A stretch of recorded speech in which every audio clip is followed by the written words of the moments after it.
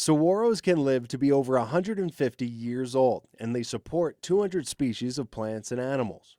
You know, when you see a big old giant like that, it's been through lots of different things.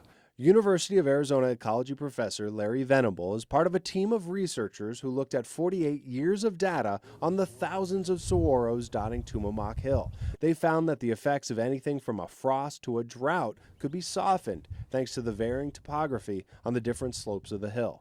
You can buffer a species from disastrous events because they don't experience it the same way everywhere. The results were a surprise. So the idea was global change would be strongly affecting these populations.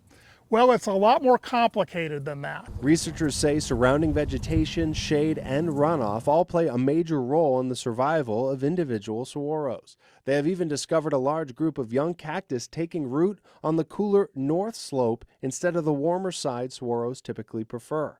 Maybe maybe saguaros are going to move north with global warming, and maybe they're going to like switch a little bit if their preferences for north and south facing slopes. Researchers say their findings could likely be applied to any hill in the Sonoran Desert and will help better understand the effects of climate change. You have to pay attention to topography because there's a lot of variation, and it's not just like you can add the topography variation to the climate variation. They interact in sort of unpredictable ways.